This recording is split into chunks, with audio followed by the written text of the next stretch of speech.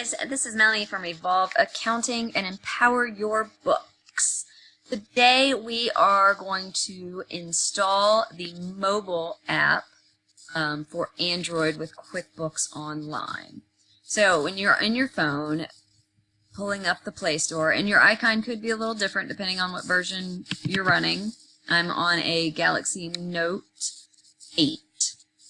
So once you open up the Play Store, search up at the top and you'll see QuickBooks has already been, because I searched it earlier to make sure.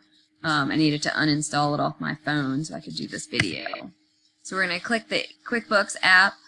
You want this QuickBooks accounting app that shows up, and we're going to click the install button. It's going to go through the process of downloading and installing. So you're just going to have to sit and hang out and wait for that to happen.